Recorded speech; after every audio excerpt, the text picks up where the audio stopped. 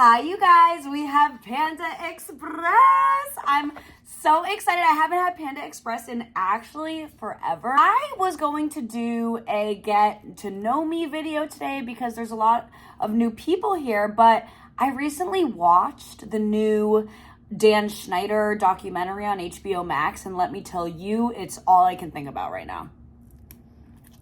Oh, sorry, I didn't even say what I got. Honey walnut shrimp. It's so good. Oh my God. Orange chicken, chow mein, fried rice, and cream cheese rangoon. So yeah, I did a video on Dan Schneider and like the truth about Nickelodeon years ago on YouTube.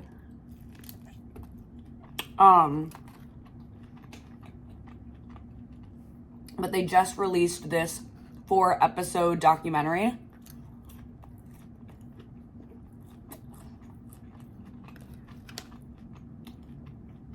I'm going to recap episode 1 today, but I'm going to recap all 4 episodes. So tune in for that.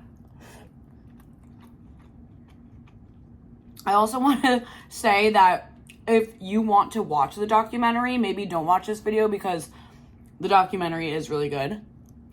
But if you don't feel like watching it, I'll tell you what happens. Orange chicken.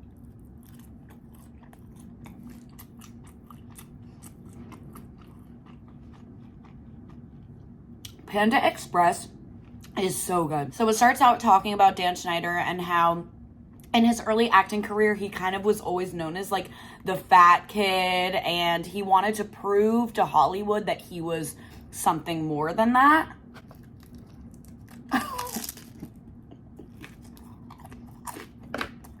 This needs sauce. They gave me some sweet and sour. I wonder why they don't put crab in their rangoons. I've always wondered. It's green onion and cream cheese.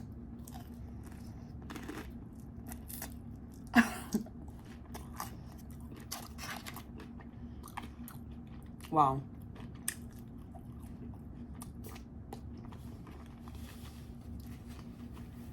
Anyway, so around like the 1970s, I believe, Dan Schneider gets a job working on a TV show. He's acting in it and he's helping write the show.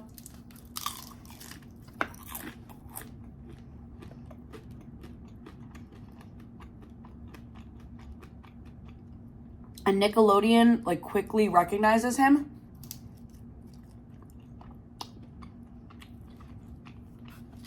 And they ask him to work on a show called All That.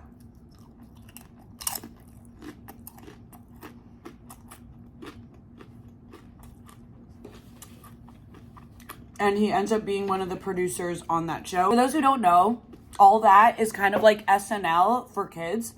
I used to watch it all the time. I loved All That. And it's when a lot of big stars started becoming popular.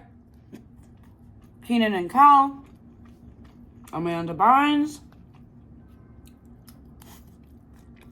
I loved watching it. I thought it was funny.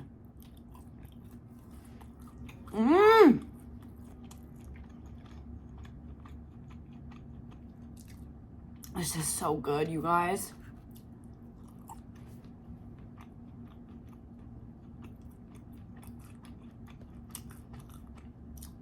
And I've had good Chinese food, but something about Panda Express really just hits.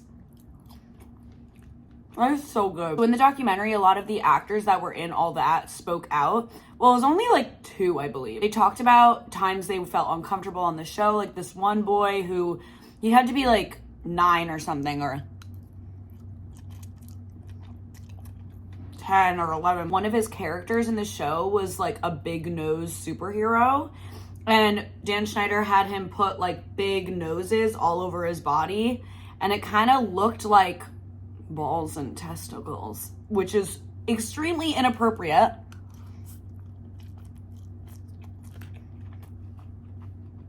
There was a scene where like he sneezed and it just showed snot like spurting out on the teacher's face.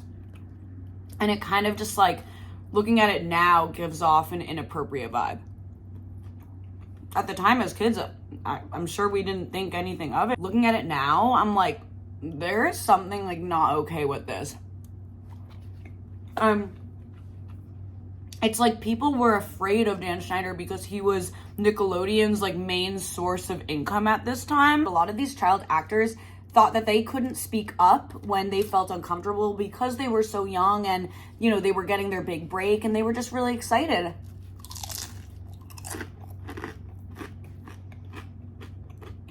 One of the child actors talked about how Dan Schneider called her mom and told her mom that her daughter was getting too fat and they already had a fat character in the show.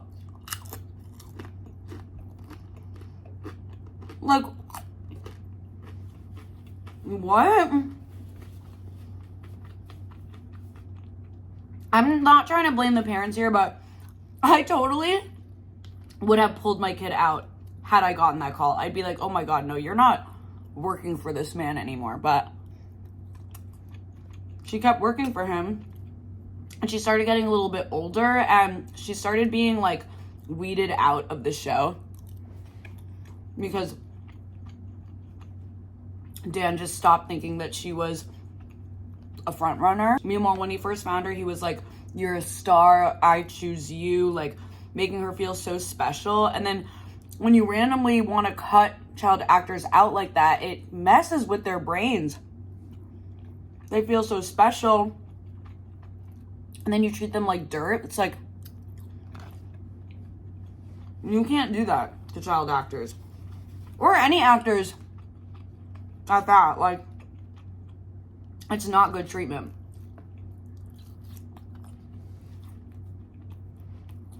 I feel like I've been eating this so fast. The documentary talks a lot about how Amanda Bynes is like a comedic genius. And at that time, we were all obsessed with her. I loved watching the Amanda Show. It was like my favorite thing to watch. Nowadays, kids have so many options of what to watch. Like they have Hulu, they have all this. We really only had Nickelodeon, Disney Channel. That's what I watched. I'm making it sound like I'm like 90 years old, but it's true. It was such a big deal. The Amanda Show was huge. All the kids were watching it. My parents used to watch the Amanda Show with me and they were like, what's going on here? Like, oh my God. Like, they always thought it was kind of odd. Also, it's important to note that Dan Schneider kind of separated the parents from the kids. Like, the parents were not involved at all. The only parent that was very involved in what their kid was doing was Amanda Bynes' dad, who was very close with Dan Schneider. The documentary explains how Amanda's dad kind of treated Amanda like a wind-up doll, like worked her so hard, would always be in cahoots with Dan Schneider about what Amanda should be doing next.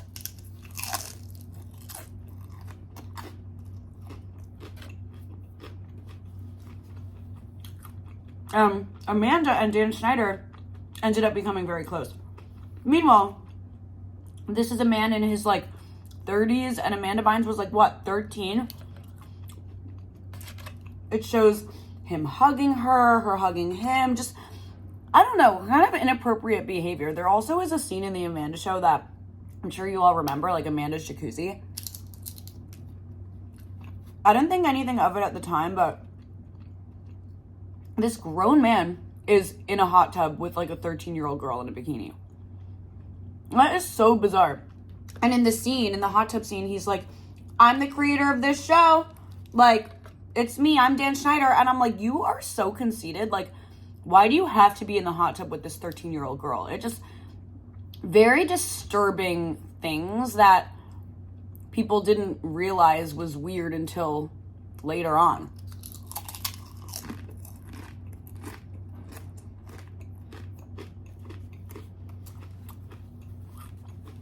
The documentary also highlighted the stories of two of the female writers of The Amanda Show. They were desperate to find a job. Dan Schneider offers both of them the same salary. Like, they're going to share the same salary. Meanwhile, he's hiring male writers with full salaries. None of the men had to split a salary, but These two women, Christy and Jenny, got jobs working on the Amanda Show as a staff writer. Their experiences, they had to put up with a lot.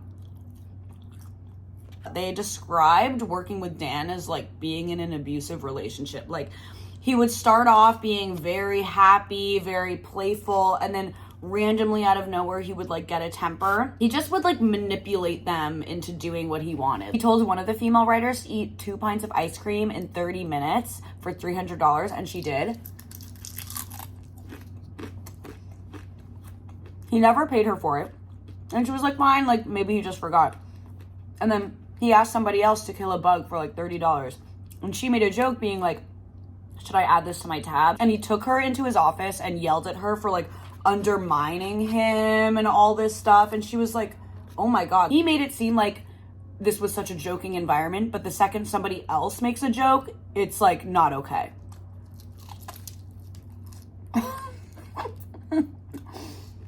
Clearly like narcissistic, manipulative behavior all around.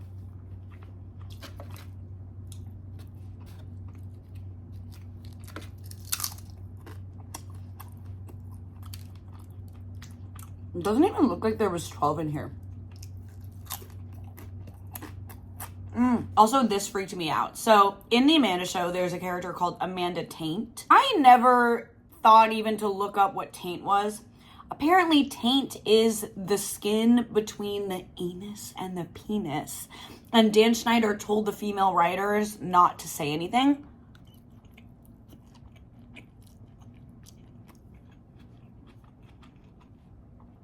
Mind you, this is a character Amanda Bynes, a 13-year-old girl, is playing. Like, just wildly inappropriate. He clearly is a freak that should not be running this children's television show or being in charge of a ton of child actors. Like, it's messed up. And when somebody called him out for it, he was like, no, that's not what that means. Like, I have no idea what you're talking about. Like, it means tainted. And I'm like, this man just got away with so much stuff. And everyone was afraid of him. The writers, like, because he had so much power at that time. Oh, crazy. And Amanda Bynes was like his golden child. All the child actors could totally tell. There was this one child actor on the first season of the Amanda Show. Her name was Raquel. And she always just felt really weird with the way Dan would choose favorites. Like, he clearly favored Amanda Bynes and Drake Bell over her.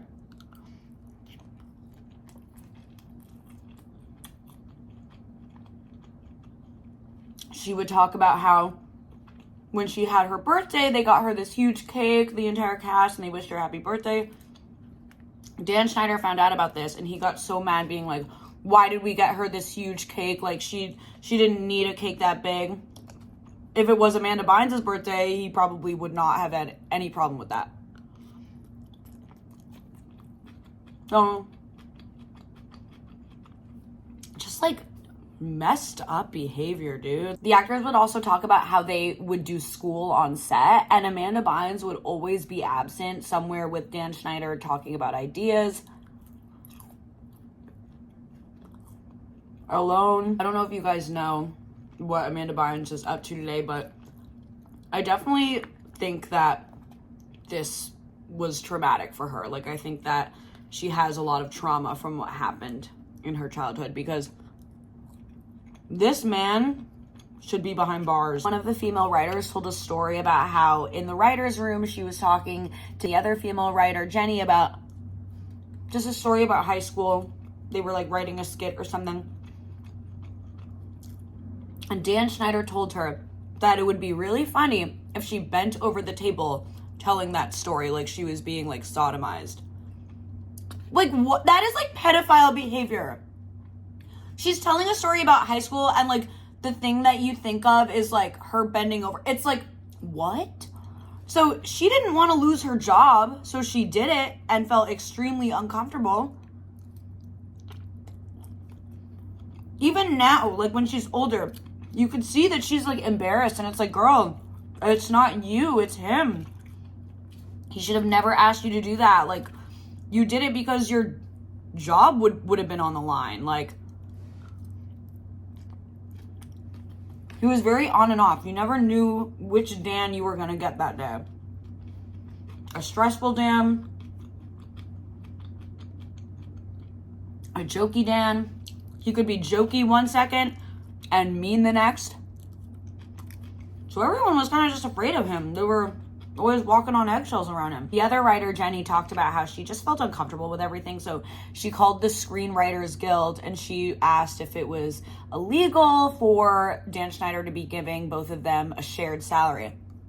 To which they said, no, it is not legal. So as a result, the Screenwriters Guild started making Dan Schneider pay these women 2 separate salaries. Dan Schneider found out. Dan Schneider calls Jenny and he asks her if she had anything to do with this. To which he says, if you did, I'm going to ruin your life. You'll never be able to work in television again. Which is crazy. You're paying these men full salaries, and just because the women are a little uncomfortable with it, like, what? It's disgusting. I feel like this is such a serious mukbang. It is. Since Dan's like, okay, the second season of The Amanda Show is coming up. I don't want to pay these women 2 separate salaries. He fires Christy, the one he made bend over. He fires her and just hires Jenny as the main female writer for that season. What's so messed up is when he brought her back to work for the second season, he told her that there would be a 16-week contract and she would get a certain salary for those 16 weeks, but she would need to work the entire second season, which is 27 weeks. So she would have to work 11 weeks unpaid. Meanwhile, this was not happening to any of the male writers.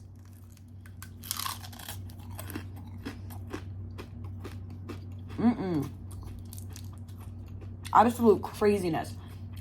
Who's to know that all this was going on? Well, I was like, oh, the Amanda Show. So funny.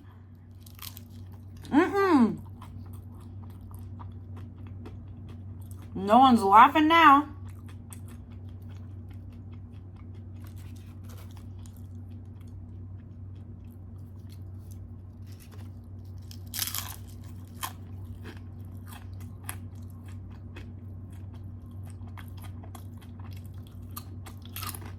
The first episode ends with Jenny, one of the female writers, talking about how Dan was in a room with all the male writers. They were all talking, and Jenny was outside of the room. They invited Jenny in, and Dan asked her, didn't you say you used to do phone sex? Which has nothing to do with what they're talking about. They're writing for a TV show, and he's asking her about phone sex, and she's like, no, I've never done that. And he's like, are you sure? When we hired you, you didn't say that? What? Why would that be something somebody would say when they were hired? Who asks that question when you're hiring somebody? So she felt so uncomfortable with that, so she went home and she quit. She said, this is not happening anymore. She filed a case of discrimination, gender discrimination, harassment, hostile work environment, all that stuff. So he got sued, and that's kind of where the documentary ends. I'm really curious to watch the second episode. The second episode is out. By the time this is posted, I'm sure the third one will be out too. But like, let's just say I can't watch any of these old Nickelodeon shows anymore, because when you think about all the weird things that happened in them, like the whole thing with feet, I'm sure they'll get into that, but Dan Schneider had a thing with feet, and that's why foot imagery was always shown in his TV shows.